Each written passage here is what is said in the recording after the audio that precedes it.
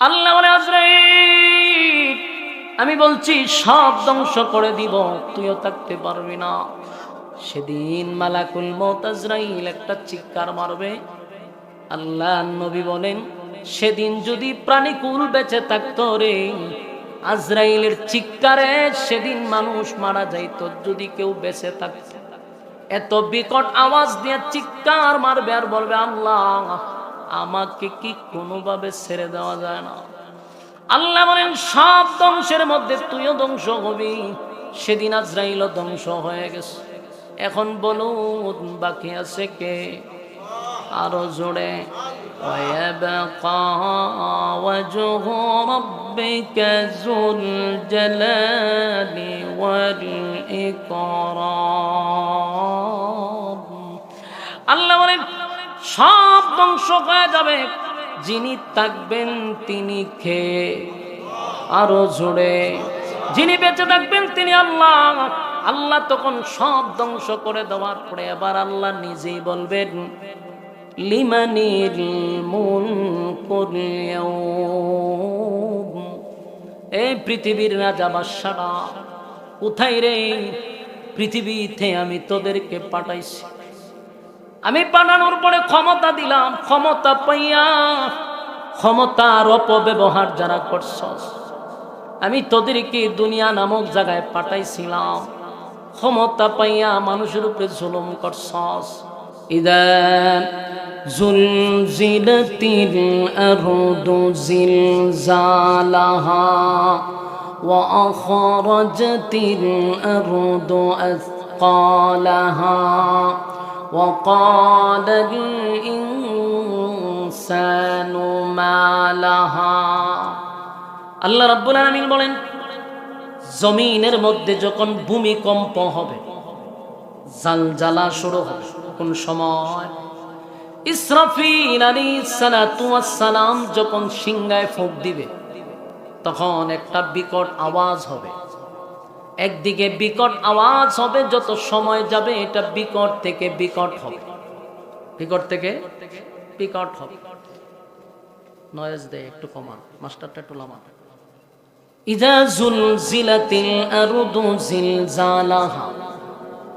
পৃথিবীর মধ্যে আল্লাহ বলেন, এই জমিনের মধ্যে একটা ঝাঁকুনি দেওয়া হবে, এমন ভাবে ঝাঁকুনি দেওয়া হবে, ঝাঁকুনির কারণে আল্লাহ বলেন, ওয়া আখরাজাতিল আরদু আসকালাহা।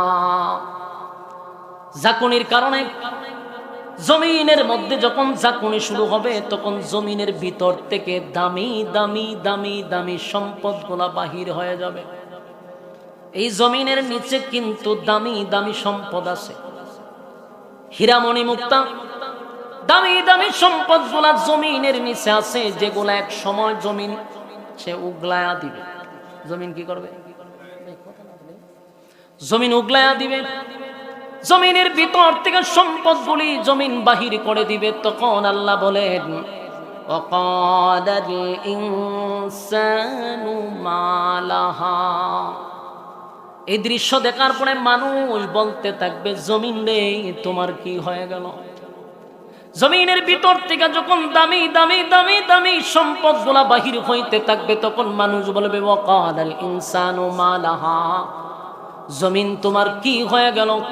কারণ যে সম্পদের জন্য ভাই ভাইকে হত্যা করা হয়েছে, যে সম্পদের জন্য আমি আমার ভাইকে হত্যা করলাম, যে সম্পদের জন্য আমি আমার ভাইয়ের সঙ্গে কথা বলা বন্ধ করে দিলাম, বাবার সঙ্গে কথা বলা বন্ধ করলাম, আত্মীয় স্বজনদের সঙ্গে আমি সম্পর্ক বিচ্ছিন্ন করলাম সম্পদের কারণে, সেই সম্পদ যখন মানুষের সামনে জমিন থেকে বাহির হইবে, ভুক্ত করতেই পারবে না, মানুষ আতঙ্কে থাকবে। একদিকে বিকট থেকে বিকট আওয়াজ, অন্যদিকে ইযা জুলজিলাতিল আরদু জিলজালাহা।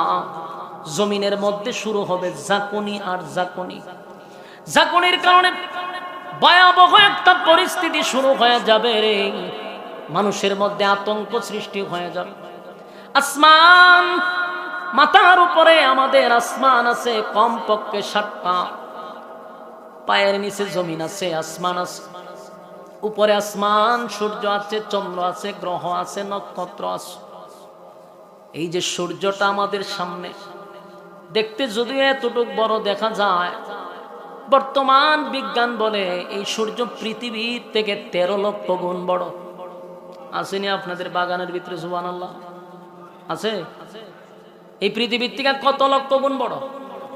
এই পৃথিবীর থেকে যদি 13 লক্ষ গুণ বড় সূর্যটা হয়, একটু বালিশের সঙ্গে মাথা লাগাইয়া চিন্তা করেন, পৃথিবীর থেকে যদি 13 লক্ষ গুণ বড় হয় রে, সূর্যটা যদি পড়ে তাহলে পৃথিবী আর তালাশ করে পাওয়া যাবে? পৃথিবী তালাশ করে পাবেন না, কারণ পৃথিবীর থেকে 13 লক্ষ গুণ বড়। অথচ এই সূর্যটা দেখা যায় এতটুক বড়, কিন্তু এই সূর্য পৃথিবীর থেকে 13 লক্ষ গুণ বড়। আমরা রাতের বেলায় যখন আকাশের দিকে তাকাই তখন ছোট ছোট নক্ষত্র দেখা যায়, যদিও দেখতে বোঝা যায় 8-10টা একসাথে পকেটে রাখা যাবে। কিন্তু জানেননি এই তারকা কত বড়? এই তারকা সূর্যের থেকে কোটি কোটি গুণ বড়। অথচ এই তারকা কতটা আছে আল্লাহ ছাড়া কেউ জানে না। বিইজনিহি وسراجا منيرا أما بعد فأعوذ بالله من الشيطان الرجيم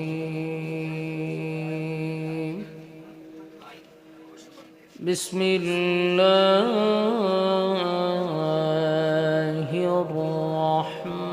الرحمن الرحيم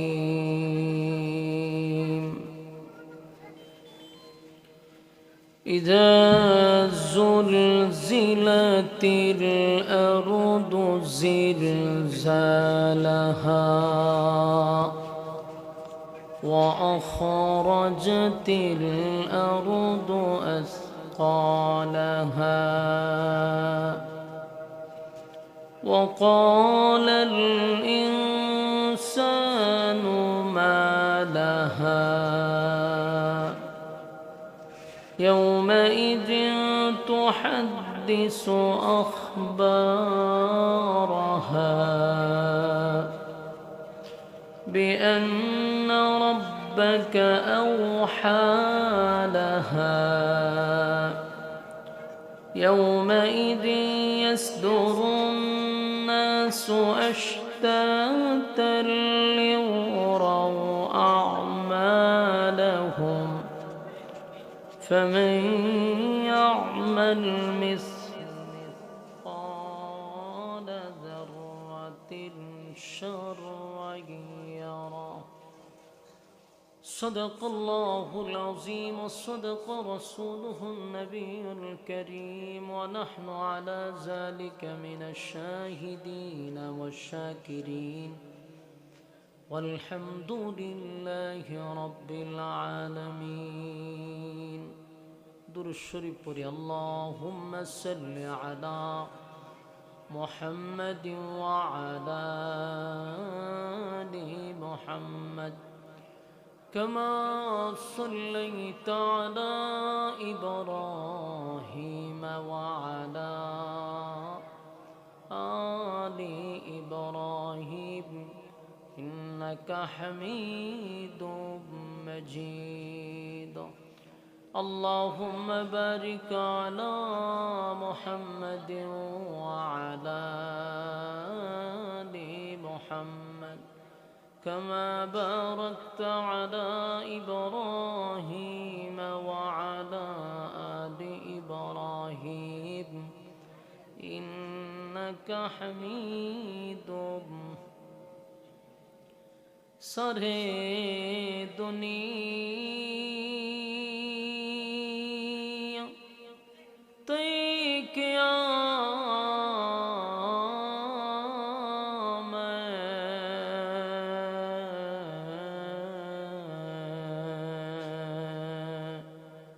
مثل تو دیکھا نہیں تیری مانند خوبصورت چاند بھی ہوتا نہیں بلغ العلا এই ভলান্টিয়ার কই আপনারা এখানে পোলা বানে কথা কইতেছে দেখেন না আপনারা কথা বলে কে দৌড়ায় দেন। حسنت جميع خصاله صلوا عليه ذکر باطل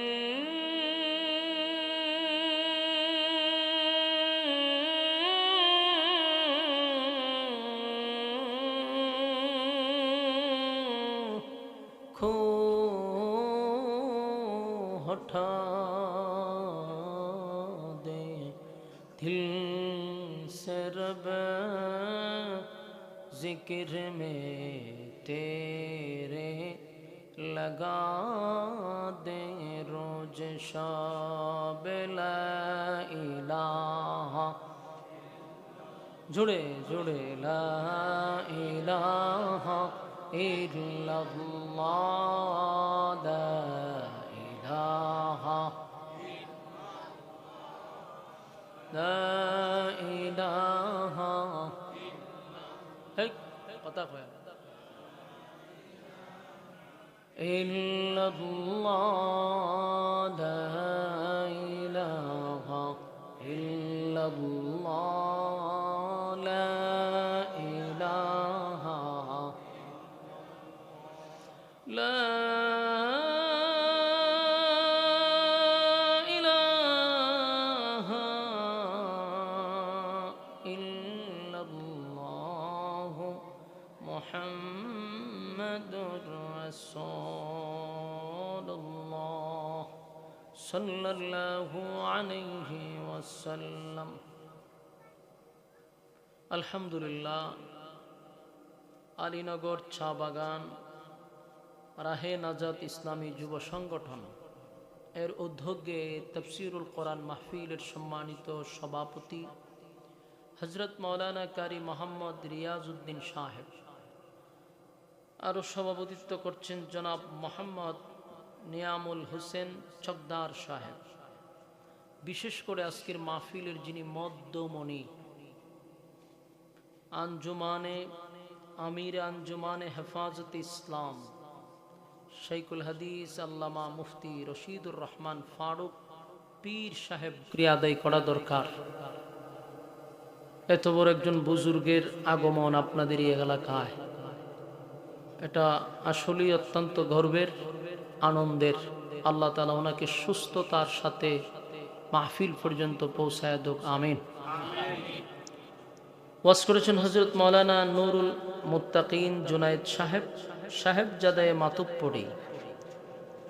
ওয়াজ করেছেন হযরত মাওলানা কারি আজিজুল হক আল আমিন সাহেব জুড়ি।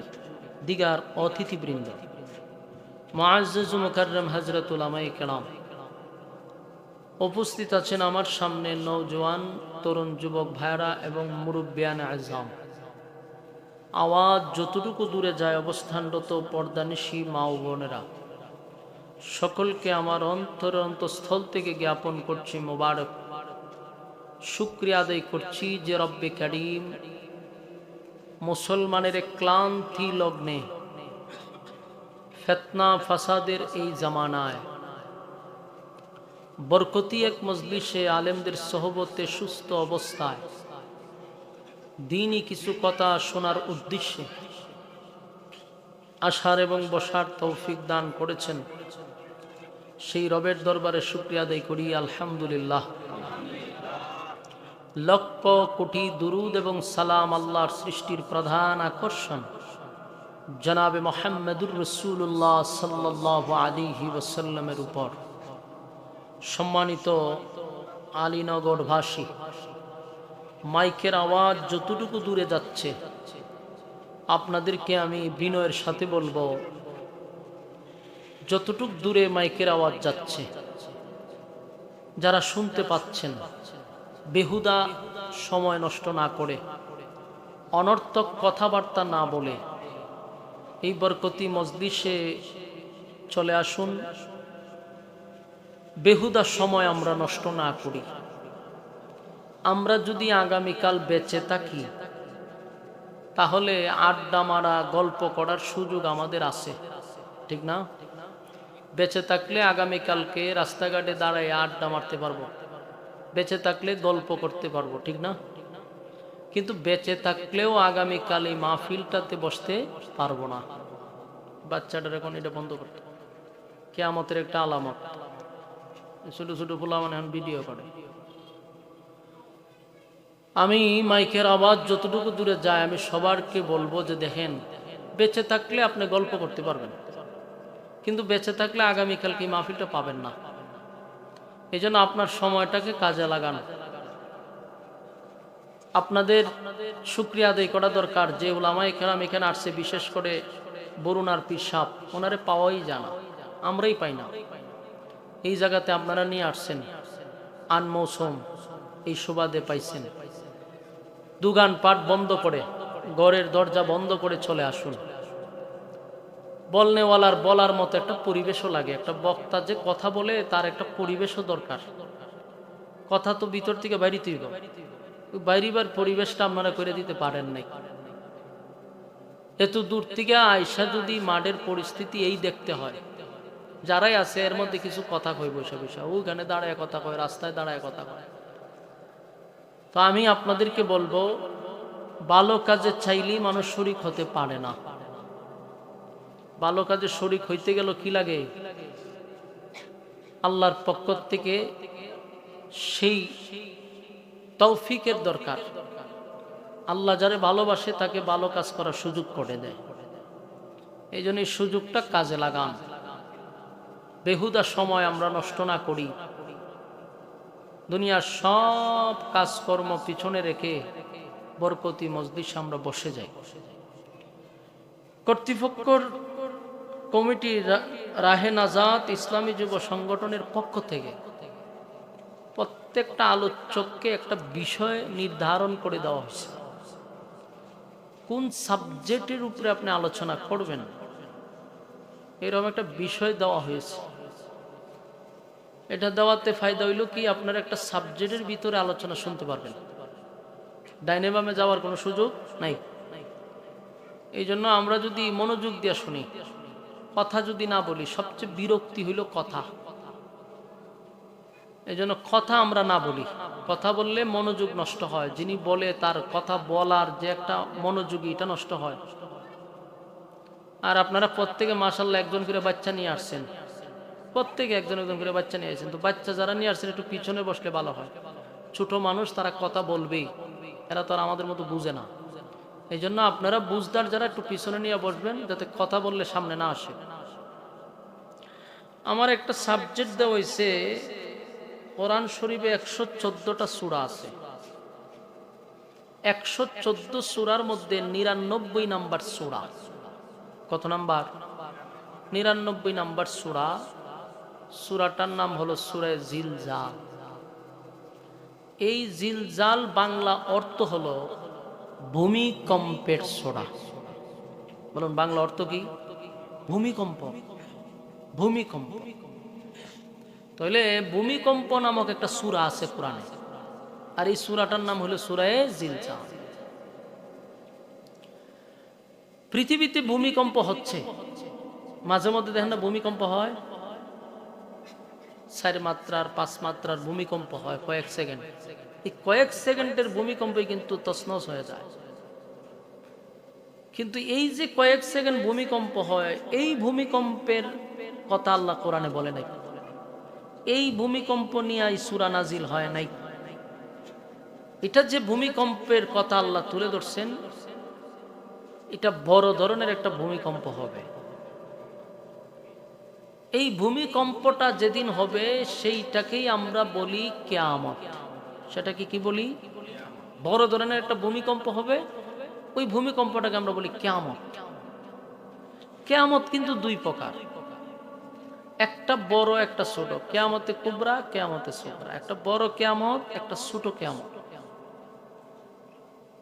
ছোট কিয়ামতটা হলো প্রত্যেকের ব্যক্তিগত কিয়ামত, যার যার কিয়ামত। আমার ব্যক্তিগত একটা কিয়ামত আছে, আপনার ব্যক্তিগত একটা কিয়ামত আছে। এটাকে বলা হয় ব্যক্তিগত। মাতা ফাকাত কামাত কিয়ামত। যে যখন মারা যাবে তার একটা কিয়ামত হবে। এটা হলো ব্যক্তিগত কিয়ামত, যার যার কিয়ামত। এটা কিভাবে? যেমন ভূমিকম্প হয়। ঠিক তেমনি ভাবে মানুষের 3.5 হাত বডির মধ্যে একটা কিয়ামত হবে, একটা ভূমিকম্প হবে। আপনি আমার শরীরের মধ্যে কি হবে? ভূমিকম্প হবে। আমার ভাষা তো বুঝে, একবারে বুঝার কথা। হবিগঞ্জের ভাষা যদি না বুঝেন তা আমার ভাষা ওই পাবনার মানুষে বুঝে। কথা বুঝতেছেন নি?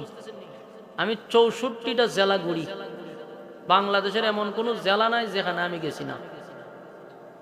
তো সারাটা দেশ আমি ঘুরে খাইছি, আমার ভাষা বুঝে দিকে তো নেয়। বরং তুলনামূলক সিলেট প্রোগ্রাম আমার খুব কম, আমি এদিকে আসি কম, উত্তরবঙ্গে দক্ষিণবঙ্গে আমি যাই বেশি। তা আমার এই বিভাগের মানুষ যদি ভাষা না বুঝে তাতে আমার মরণ লাগবো। তা আপনারা যে বুঝেন এটা আমার বুঝাই দিব, হ্যাঁ না এই 2টা শব্দ দিয়া।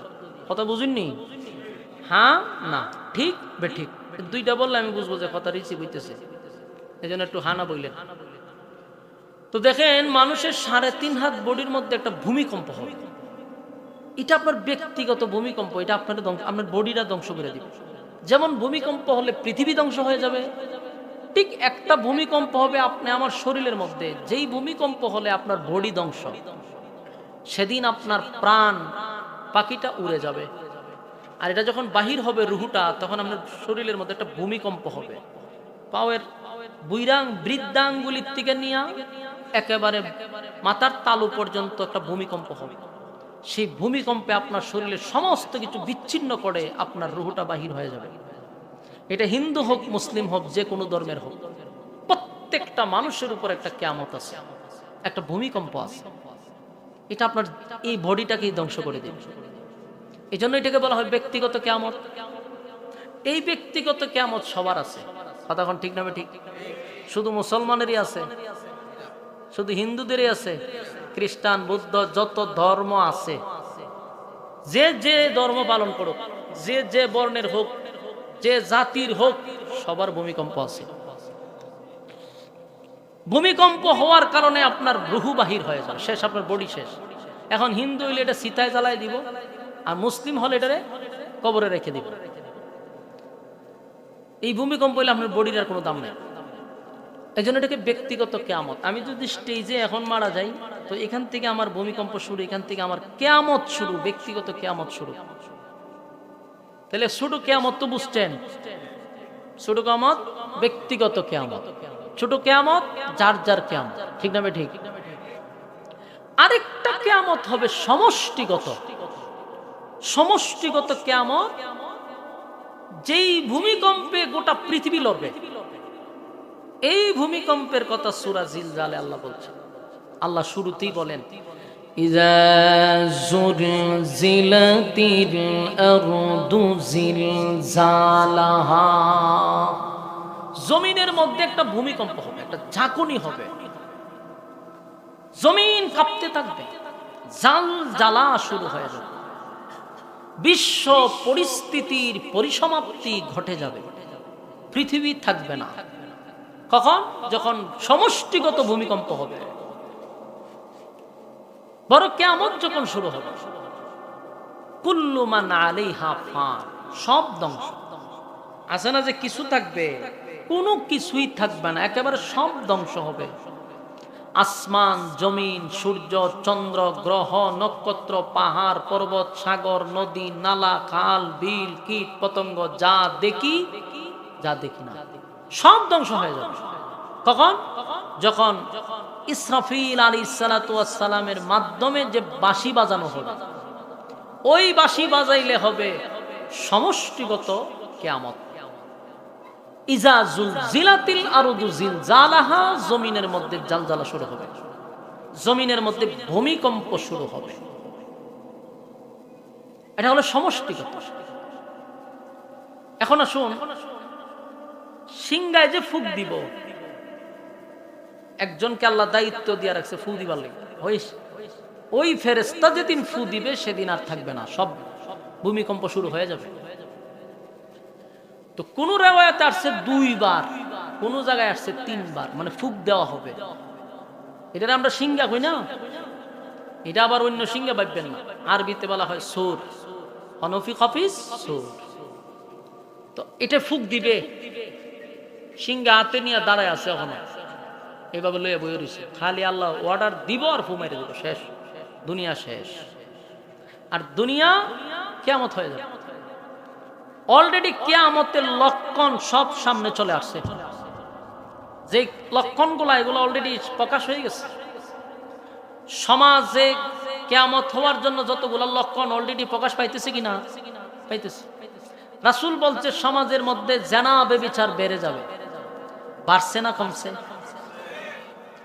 সমাজে কুকুর বিড়ালের রক্তের দাম থাকবে, মানুষের রক্তের দাম থাকবে না। বলুন এখন কি মানুষের রক্তের কোনো দাম আছে? কোনো দাম নাই। মানুষ মারলে বিচার হয় না, মানুষ মারলে খুনি তালাশ করে পায় না, কিন্তু কুত্তা মারলে 24 ঘন্টা গ্রেফতার। ঠিক না ঠিক? কুত্তার বাচ্চা পানিতে ফেলাই দিছে, 24 ঘন্টার ভিতরে মহিলা গ্রেফতার।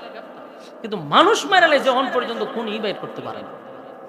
এই হলো আমাদের বিচার ব্যবস্থা। ঠিক না ঠিক? সমাজে সুদ ঘুষ বেড়ে যাবে, ন্যায় বিচার উঠে যাবে, নির্দোষ মানুষগুলাকে দোষী সাব্যস্ত করা হবে, দোষী মানুষগুলা বুক ফুলিয়ে সমাজে হাঁটাচলা করবে। বাস্তব না বাস্তব?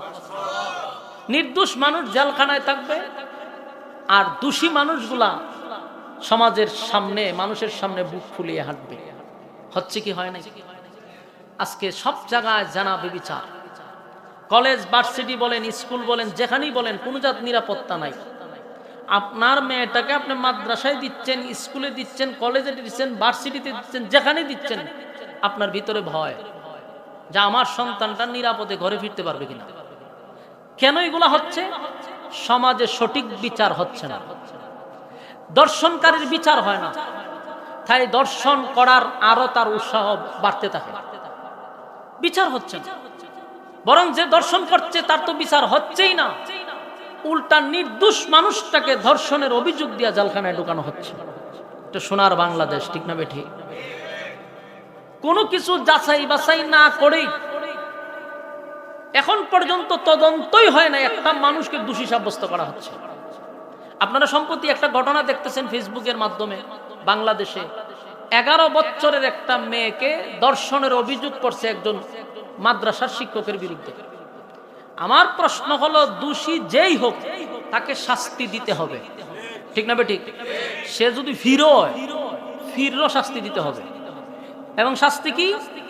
ফা উফুরুজু রাইখা মাথা নিচের দিকে দিয়া ফাত্তর মাইরা তারা মেরে লাও। ঠিক না বেঠিক? এটা যদি আমি নিজেও হই, আমারও ফা উফুরুজু বাইন্দা ফিটানির দরকার। শাস্তি তো সবার জন্য সমান, কিন্তু অপরাধ আমি আদৌ করলাম কিনা, মানে যাচাইও করলেন না, বাছাইও করলেন না, পরীক্ষা নিরীক্ষা করলেন না, তদন্ত করলেন না, বাস শুনছেন আর ঢুল ফিটানি শুরু করলেন। এটা কোন সিস্টেম? একটা মানুষ আদৌ অপরাধ করছে না, কিন্তু তার অপরাধী বানাই দিলেন সমাজের মধ্যে, তার পুরো জীবনের ক্যারিয়ার ধ্বংস করে দিলেন আপনি। একমাত্র কারণ হলো সঠিক বিচার হয় না। আর সাংবাদিক নামের কিছু সাংঘাতিকরা সমাজের মধ্যে বিশৃঙ্খলা সৃষ্টি করতেছে।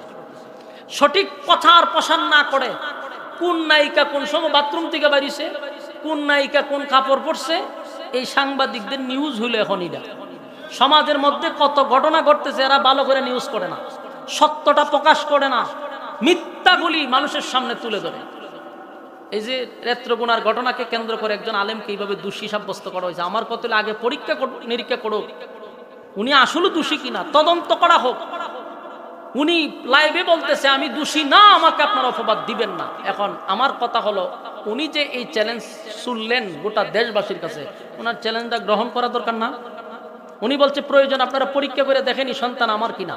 তা আপনি পরীক্ষা নিরীক্ষা করলেন না, তদন্ত করলেন না, উনারে ডালাও ভাবে আপনারা দোষী বানায় দিলেন। আর আমাদের কিছু নামদারি লেবাসদারি মৌলবীরা অতি উৎসাহিত হইয়া বাস ডুল ফিটাইতেছে, নিজের ক্ষতি নিজে আমরা করতেছি। এগুলা সব কিছু হচ্ছে কিয়ামতের আগ মুহূর্তের আলামত। এগুলো হলো ফিতনা। দাজ্জালের ফিতনার কথা আদম থেকে নিয়ে আমাদের নবী পর্যন্ত সবাই সতর্ক করছে, ফিতনা আসতেছে। এই ফিতনার মধ্যে আমরা পড়ে গেছি, অহরহ ফিতনা চলতেছে। জিনা ব্যভিচার এমন হবে, নিজের ঘর নিজেই দর্শিত হবে, নিজের ঘরের ভিতরে দর্শিত হবে। জিনা ব্যভিচার বেড়ে যাবে, তখনই আল্লাহর পক্ষ থেকে গজব আসা শুরু হবে। গজব কখন আসে বলেন তো দেখি? গুনাহ যখন বেশি হয় গজব তখন আসে। আগের জামানায় আপনারা কেন মুরব্বী যারা সাদা দাঁড়িয়ে গেছে দেখেন, এরার জামানায় কিন্তু এত গুনাও ছিল না, এত রোগও ছিল না, এত গজবও ছিল না। ঠিক কইছি না? ঠিক। ডায়াবেটিস নামক যে একটা রোগ আছে, এটা মুরব্বীরা আগে চিনচিনি জিগান, এই নাম হই শুনছে না। স্ট্রোক, ব্লক, হার্ট অ্যাটাক, এটা আগে শুনছে কোনো মুরব্বীরা? ইডিয়া এলো কেমনে? ইডিয়া আমরা গুনার কারণে এই অদ্ভুত অদ্ভুত রোগগুলো আমরা টেনে আনছি। আমরা গুনাহ করি তো আমরা এতগুলো রোগ। আমার নানি এখনো জীবিত আছে, আমার নানি 100-র উপরে বয়স, কুরআন শরীফ ওখানে দেখতে পড়ে, আর আমরা 60টা চশমা লাগাইতে হয়। ঠিক না বেঠি? এরপর আমরা দেখতে পারি না। আমরা খারুলে মাথা ঘুরায়, তে আমরা বুকও ব্যথা, তে আমরা হাড়ও ব্যথা, তে আমরা কিডনি গেছে গা, তে আমরা প্যারালাইসিস। কেন? এই অল্প বয়সে সমস্যা কি? কারণ আমরা গুনাহ বেশি, আমরা রোগ বেশি, আমরা হায়াত কম। এখনো মুরব্বীরা যারা আছে সাদা দাড়িগুলা দেন, এরা এত রোগ নাই, আমরা যত রোগ। ঠিক না বেঠি? এর একটা নাম্বার কারণ হলো গুনাহ বেশি, সমাজে বেড়ে গেছে, রোগ বেশি, মুসিবত বেশি, ঠাডা বেশি। ঠিক না ঠিক? এজন্য আল্লাহ বলেন, যেদিন ইসরাফিল আলাইহিস সালাতু ওয়াস সালাম সিংহায় ফুঁক দিবে, সেদিন হবে সমষ্টিগত কিয়ামত। সেটাই হবে এই পৃথিবী ধ্বংস। কুল্লু মান আলাইহা ফান, সব ধ্বংস হবে, কোনো কিছু থাকবে না, কোনো কিছু না। আল্লাহ বলেন, যখন ফুঁক দিবে তখন জমিনের মধ্যে জালজালা শুরু হবে। ইদা জুলজিলাতিল আরদু জিলজালাহা ওয়া আখরাজাতিল আরদু আথকালাহা ওয়া ক্বালাল ইনসানু মা লাহা। আল্লাহ রাব্বুল আলামিন বলেন, জমিনের মধ্যে যখন ভূমিকম্প হবে, জালজালা শুরু হবে, কোন সময়? ইসরাফিল আলাইহিস সালাতু ওয়াস সালাম যখন সিংহায় ফুঁক দিবে, তখন একটা বিকট আওয়াজ হবে। একদিকে বিকট আওয়াজ হবে, যত সময় যাবে এটা বিকট থেকে বিকট হবে, বিকট থেকে বিকট হবে। নয়েজ দে একটু কমান, মাস্টারটা একটু লামা। ইযা জুলজিলাতিল আরদু জিলজালাহা, পৃথিবীর মধ্যে আল্লাহ বলেন এই জমিনের মধ্যে একটা ঝাঁকুনি দেওয়া হবে, এমন ভাবে ঝাঁকুনি দেওয়া হবে, ঝাঁকুনির কারণে আল্লাহ বলেন ওয়া আখরাজাতিল আরদু আসকালাহা, ঝাঁকুনির কারণে জমিনের মধ্যে যখন ঝাঁকুনি শুরু হবে, তখন জমিনের ভিতর থেকে দামি দামি দামি দামি সম্পদগুলা বাহির হয়ে যাবে। এই জমিনের নিচে কিন্তু দামি দামি সম্পদ আছে, হীরামণি মুক্তা, দামি দামি সম্পদগুলা জমিনের নিচে আছে, যেগুলা এক সময় জমিন সে উগলায়া দিবে। জমিন কি করবে?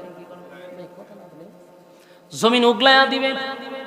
জমিনের ভিতর থেকে সম্পদগুলি জমিন বাহির করে দিবে। তখন আল্লাহ বলেন, ওয়াকাদাল ইনসানু মা লাহা, এই দৃশ্য দেখার পরে মানুষ বলতে থাকবে, জমিন রে তোমার কি হয়ে গেল? জমিনের ভিতর থেকে যখন দামি দামি দামি দামি সম্পদগুলা বাহির হইতে থাকবে, তখন মানুষ বলবে, ওয়াকাদাল ইনসানু মা লাহা, জমিন তোমার কি হয়ে গেল? কারণ যে সম্পদের জন্য ভাই ভাইকে হত্যা করা হয়েছে, যে সম্পদের জন্য আমি আমার ভাইকে হত্যা করলাম, যে সম্পদের জন্য আমি আমার ভাইয়ের সঙ্গে কথা বলা বন্ধ করে দিলাম, বাবার সঙ্গে কথা বলা বন্ধ করলাম, আত্মীয় স্বজনদের সঙ্গে আমি সম্পর্ক বিচ্ছিন্ন করলাম সম্পদের কারণে, সেই সম্পদ যখন মানুষের সামনে জমিন থেকে বাহির হইবে, ভুক্ত করতেই পারবে না, মানুষ আতঙ্কে থাকবে। একদিকে বিকট থেকে বিকট আওয়াজ, অন্যদিকে ইযা জুলজিলাতিল আরদু জিলজালাহা, জমিনের মধ্যে শুরু হবে ঝাঁকুনি আর ঝাঁকুনি।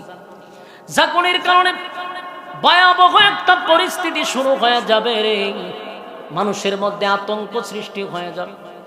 আসমান, মাথার উপরে আমাদের আসমান আছে কমপক্ষে 7টা, পায়ের নিচে জমিন আছে, আসমান আছে, উপরে আসমান, সূর্য আছে, চন্দ্র আছে, গ্রহ আছে, নক্ষত্র আছে। এই যে সূর্যটা আমাদের সামনে দেখতে যদিও এতটুক বড় দেখা যায়, বর্তমান বিজ্ঞান বলে এই সূর্য পৃথিবীর থেকে 13 লক্ষ গুণ বড়। আসেনি আপনাদের বাগানের ভিতরে? সুবহানাল্লাহ, আছে? এই পৃথিবীর থেকে কত লক্ষ গুণ বড়? এই পৃথিবীর থেকে যদি 13 লক্ষ গুণ বড় সূর্যটা হয়, একটু বালিশের সঙ্গে মাথা লাগাইয়া চিন্তা করেন, পৃথিবীর থেকে যদি 13 লক্ষ গুণ বড় হয় রে, সূর্যটা যদি পড়ে তাহলে পৃথিবী আর তালাশ করে পাওয়া যাবে? পৃথিবী তালাশ করে পাবেন না, কারণ পৃথিবীর থেকে 13 লক্ষ গুণ বড়। অথচ এই সূর্যটা দেখা যায় এতটুক বড়, কিন্তু এই সূর্য পৃথিবীর থেকে 13 লক্ষ গুণ বড়। আমরা রাতের বেলায় যখন আকাশের দিকে তাকাই তখন ছোট ছোট নক্ষত্র দেখা যায়, যদিও দেখতে বোঝা যায় 8-10টা একসাথে পকেটে রাখা যাবে। কিন্তু জানেননি এই তারকা কত বড়? এই তারকা সূর্যের থেকে কোটি কোটি গুণ বড়। অথচ এই তারকা কতটা আছে আল্লাহ ছাড়া কেউ জানে না।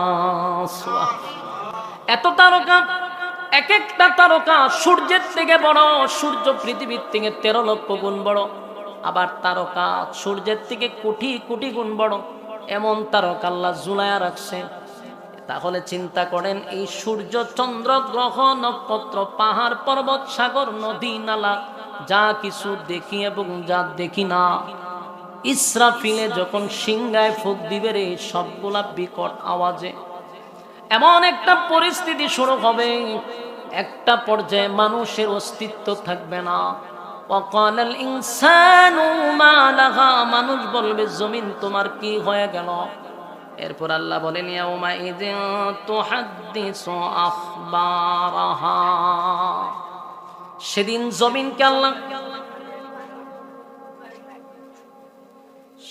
জমিনকে আমার আল্লাহ সাংবাদিক বানায়া দিবে।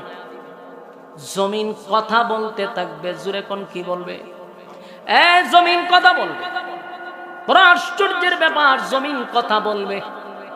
বর্তমান এই ওয়াজ করতে গেলে মানুষ এমনটা আশ্চর্য হয় না। আজ থেকে 40-30 বছর আগে এই ওয়াজ করলে মানুষ চিন্তায় পড়ে যেত, কিন্তু এখন কেন হয় না? কারণ এখন প্রযুক্তির যুগ। এই আয় দিয়া দেখবেন এখন জুতায়ও কথা হয়, হাতেও কথা হয়, ফাওয়েও কথা হয়, ঠিক না বেঠিক? ইদানিং একটা সফটওয়্যার বাইরেছে, একটা ভিডিও প্রায় সময় আসে, দেখা যায় গাজরে কথা হয়, আনারসে কথা হয়, আমে কথা হয়। হ্যাঁ, এগুলা কি আসলে কথা হয় না কথা কয়? প্রযুক্তি দিয়া। মাঝে মধ্যে আগে চিন্তা করতাম, যখন হুজুররা আলেমরা ওয়াজ করতো, হাসরের মাঠে হাত কথা বলবে, পা কথা বলবে, মাঝে মধ্যে চিন্তা হতো এটা কিভাবে সম্ভব। দেখেন আল্লাহ প্রযুক্তি দিয়ে আমাদেরকে জানায়া দিছে, দুনিয়ার মানুষ যদি প্রযুক্তি দিয়া, AI দিয়া যদি সবকিছু করতে পারে, সমস্ত প্রযুক্তির মালিককে, সমস্ত প্রযুক্তির মালিক যদি আমার মালিক হয় গো, সেই মালিক তো চাইলে তোমার হাত রে কথা বলাইতে পারবে, পা কথা বলবে, জমিন কথা বলবে। আমার মালিক যখন অর্ডার দিবে তখন জমিন কথা বলতে থাকবে। আল্লাহ রাব্বুল আলামিন বলেন, জমিন সেদিন কথা বলবে, ইয়াউমা ইযিন তুহাদ্দিসু আখবারাহা, জমিন কথা বলতে থাকবে। এখন বিষয়টা এখানে ভাবার বিষয়, জমিন কথা বললে কিন্তু আমরা ফেঁসে যাব। কারণ আমি আপনি যতই মানুষের সামনে বড় পীর হয়ে সাজার চেষ্টা করি, আমি আল্লাহওয়ালা বুজুর্গ সাজার চেষ্টা করি, আমি রাতের অন্ধকারে কি গুনাহ করছি, দিনের আলো থেকে আকাম কুকাম করছি, দুনিয়ার কেউ না জানলেও জানে কে? আমার যুবক ভাইরা, সেদিন জমিন কথা বলবে আর বলবে, আল্লাহ আপনার এই নাফরমান আমার উপরে দাঁড়াইয়া সেই কাজ করছিল, আমার উপরে দাঁড়াইয়া সুদ খাইছিল, আমার উপরে দাঁড়াইয়া গোশ খাইছিল, আমার এই জায়গায় দাঁড়াইয়া জেনা ব্যভিচার করছিল, আমার সামনে দাঁড়াইয়া অন্যের উপরে জুলুম করছিল। জমিন কথা বলতে থাকবে, জমিন কথা বলতে থাকবে। আশ্চর্যের কিছু না, জমিন কথা বলবে। কেন কথা বলবে? আল্লাহ নিজেই বলেন, বিআন্না রাব্বাকা আওহা লাহা। জমিন এমনি এমনি কথা বলে না, জমিন এমনি এমনি কথা বলে না। বিআন্না রাব্বাকা আওহা লাহা, জমিন কথা বলে কারণ তোমার রব জমিনকে অর্ডার দিবে কথা বলার জন্য। তাই তো জমিন কথা বলবে, জমিন কথা বলতে থাকবে, জমিন কথা বলতে থাকবে। আমার যুবক ভাইয়েরা, মুরব্বী বাবারা, দিলের কান লাগায় কথাগুলি শুনেন। এই পৃথিবী চিরস্থায়ী না, পৃথিবীতে কেউ থাকার জন্য আসে নাই, আমিও থাকবো না। আমার বাবা থাকতে পারে নাই, দাদা থাকতে পারে নাই, পূর্বপুরুষ কেউ দুনিয়াতে নাই, আমিও থাকবো না। পৃথিবীতে যত ধর্ম আছে, যত মানুষ আছে, একটা বিষয়ে একমত, এটা হলো মরতে হবে। মরার ব্যাপারে কোনো ধরনের কি দ্বিমত আছে? মরার ব্যাপারে কোনো যুক্তি নাই, মরার ব্যাপারে কোনো তর্ক নাই। মরতে হবে, মরতে হবে। পৃথিবী চিরস্থায়ী না, পৃথিবী থাকার জন্য না। জোর জবরদস্তি করেও থাকা যায় না, বেশি টাকা থাকলেও থাকা যায় না, ক্ষমতা দিয়েও দুনিয়ায় থাকা যায় না। এই পৃথিবী চিরস্থায়ী নয় গো, পৃথিবী তোমার আমার ছেড়ে দিতে হবে। তাহলে প্রশ্ন হলো, কেন দুনিয়াতে আসলাম, আবার কেনই বা চলে যাব? আল্লাহ রব্বুল আলামিন বলেন, আমি দুনিয়ার জমিনে মানুষ বানাইয়া পাঠাইছি, বান্দারে অনর্থক বানাই নাই। আফা হাসিবতুম আন্নামা খলাকনাকুম আবাসাও ওয়া আন্নাকুম ইলাইনা লা তুরজাউন। আমি বেহুদা বানাই নাই, অনর্থক বানাই নাই, অকারণে বানাই নাই। বান্দা প্রশ্ন হলো, কেন বানাইলাম? বানানোর পিছনে যে বানাইছে তার একটা কারণ আছে। আল্লাহ মানুষ অনর্থক বানায় নাই, নিশ্চয়ই মালিকের এর পিছনে কারণ আছে রে। মানুষ বানানোর পিছনে আল্লাহর কারণ হলো, ওমা খালাকতুল জিন্না ওয়াল ইনসা ইল্লা লিয়াবুদুন। মানব দানব দুইটা জাতিরে আমার আল্লাহ কিন্তু বানাইছে শুধুমাত্র গোলামির জন্য, গোলামি করার জন্য দুনিয়ায় পাঠাইছে। অথচ মানুষ গোলামি বাদ দিয়া মন গড়া জিন্দেগি চালাইতেছে, যেমনে মনে চায় এমনে চলতেছে। যাই না রাখো, মালিক আমাদেরকে আর তোমাদেরকে অনর্থক বানায় নাই।